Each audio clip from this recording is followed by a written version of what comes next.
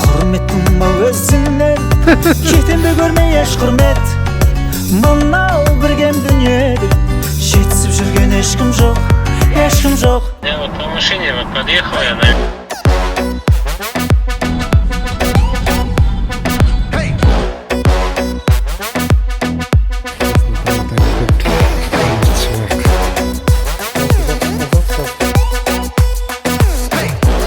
Дискаға машинаны жуып тазалап, әдемі жасап. Ассаламағалейкум достар, қалайсыздар?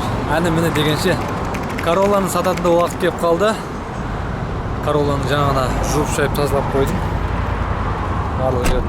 Қазір ғана колесоға салдым. Мойкаға апарып жудым.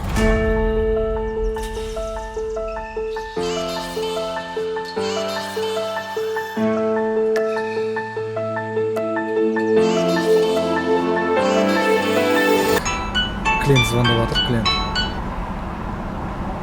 Алло. Я вот по машине вот подъехал я на виллу. Да. Именно где стоите? На желтом здании, да? Да, вот первая, которая. Да, вот напротив желтого здания я стою вот.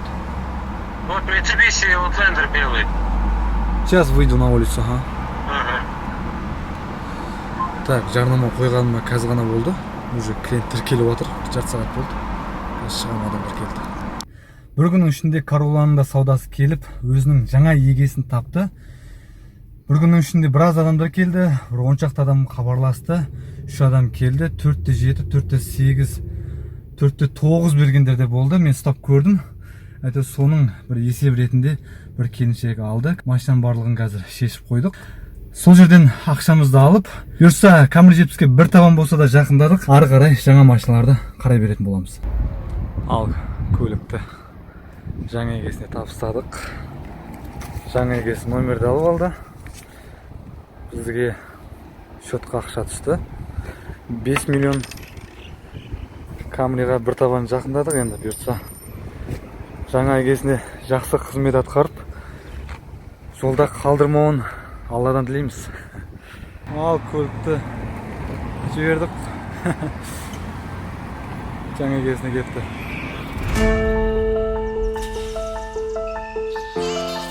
Ағайындар, Camry 70-ке барар жол әлі жалғасын табуда. Бір апталық іздеуден кейін біз қайтадан сол үйренген жау атыспаққа жақсы демекші Toyota Corolla 180 шанақтағы көлікті сатып алдық. Алдыңғы Corollaға қарағанда кішкене жағдайы нашарлау, істейтін жері біраз бар. Артқы бамперін бояу керек, сыртындағы лобовойын ауыстыру керек, ішіне химчистка жасау керек және сыртына полный полировку жасатып, жағдайына келтіріп барып сату керек. Сіздерді қысқаша көлікпен таныстырайын. Міне сол баяғы 099 номерімен. Алдындағы машинаға өте ұқсас, себебі бір кузовтағы, бір шанақтағы машина ғой. Бірақ бұл қара түсті. Алдындағы темный серый етін. Артқы бамперлерін толық бояу керек, онша боялмаған. Жалпы бампері шері соғылмаған. Және де бұл көліктің сыртын қарасаңыз, сырық-пырықтары көп. Өзінің родной краскасында болғанмен сырық-пырықтары көп. Және де алдындағы лавойын байқадыңыздар ма? Лавой сынған. Егесін айту бойынша басым тиіп кетті дейді. Басымен лавой сындыратын болса, енді басы мықты екен дедім. Соны лавойын ауыстырамыз, ішіне химчистка жасаймыз. Іші жағдайы қатты мықты емес. Кішкене шаң тозаңдар көп, үсті жағы да кірлер көп. Сол үшін химчистка жасап, жаңа қожайыны әдемілеп машинаны қалпына келтіріп беретін боламыз. Жағдай осындай. Артқа Тараз қаласындамыз.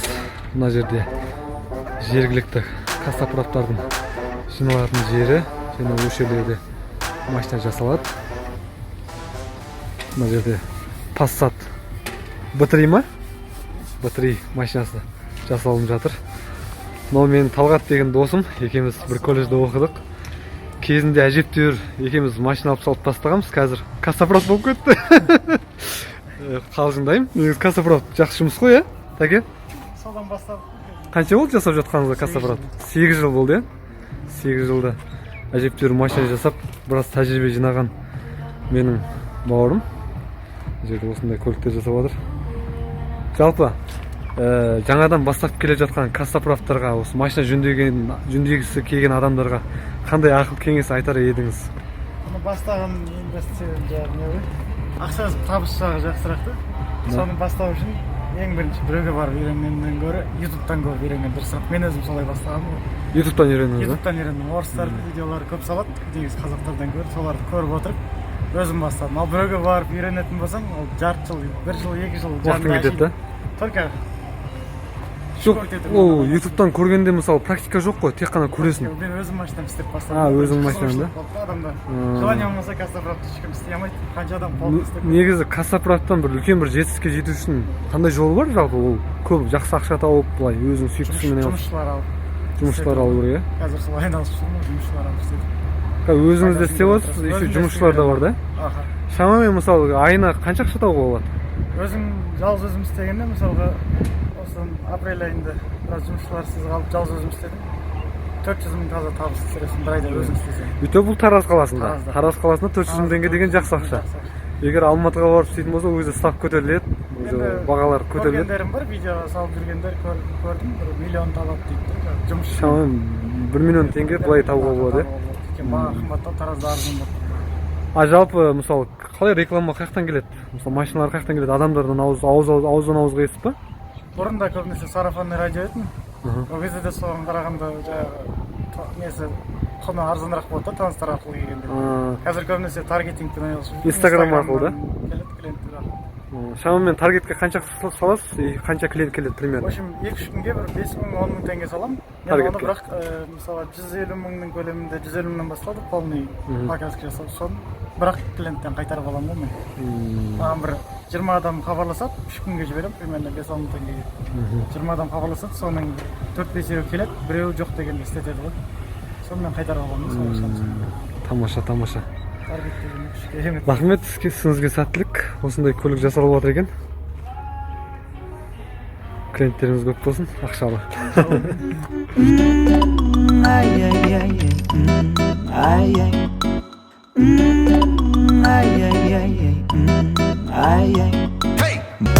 Мынау біргем дүниеде жетісіп жүрген ешкім жоқ.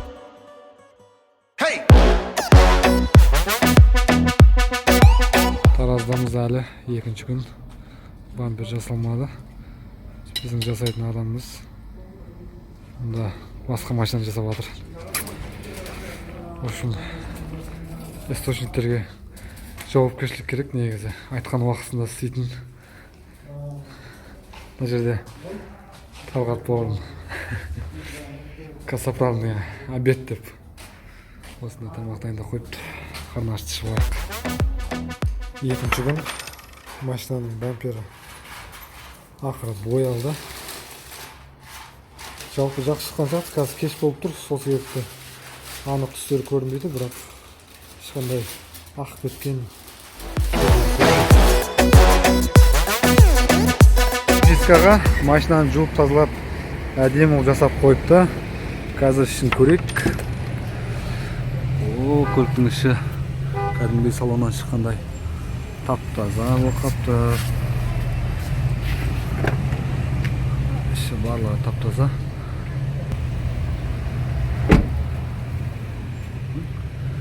Көліктің іші тап-таза. Алдындағы газ капотын қараймыз. Моторды да жууға тапсырып бергенбіз.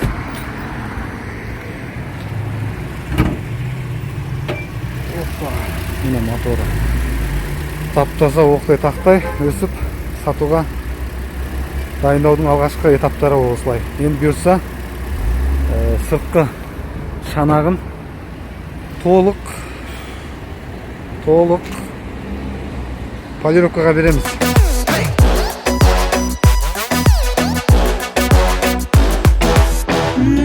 Қазір Corolla көлігімізге полировка жасатуға бар жатырмыз. Жалпы көп адамдар полировканың бір құндылығын түсінбейді. Полировка сыртқы көліктің сыртқы шанағына керемет өң беріп, түс беріп, жалтыратып, былай айтқан кезде сатылуға өте бір қолайлы бір құрал ретінде қолданса болады. Жалпы адамдардың байқайсыздар ғой, сатып кез келген машина сатып алатын кезде сыртқы шанағына қарайды, сыртқы әдемілігіне, сұлулығына қарайды. Сол сұлулықты беретін, шанағында көрік беретін бұл бірден бірі полировка екен. Сол үшін өзіңнің көлігің болсын, сатылымға шығарған көлік болсын, полировка жасату менің ойымша ұтылмайтын бір жақсы құрал болып саналады. Сен жетіспей тұрасың, жалғыз өзім қалсам, сен жетіспей тұрасың, бір ортаға барсам, нең кетеді сыйлаған жүрегімді алсаң, бір жетісіп қалама, сен жанымда болсаң, бір жетісіп қалама, сен жанымда болсаң, сен жанымда болсаң.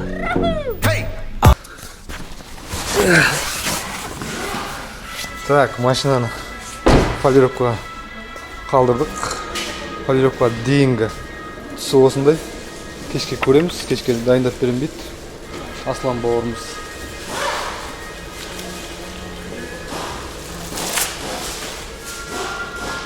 Доп просто салыстырып көреміз.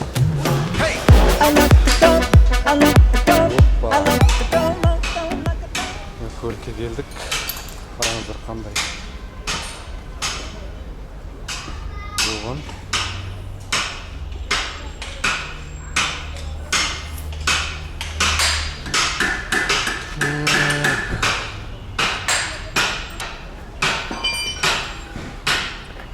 Көрдіңіздер ме қандай? Жалтырап қалған полировканың кереметтілігін байқадыңыздар ма? Қандай? Жалтыр. Енді бұйырса ертең машинаны жарнамаға шығаруға болады.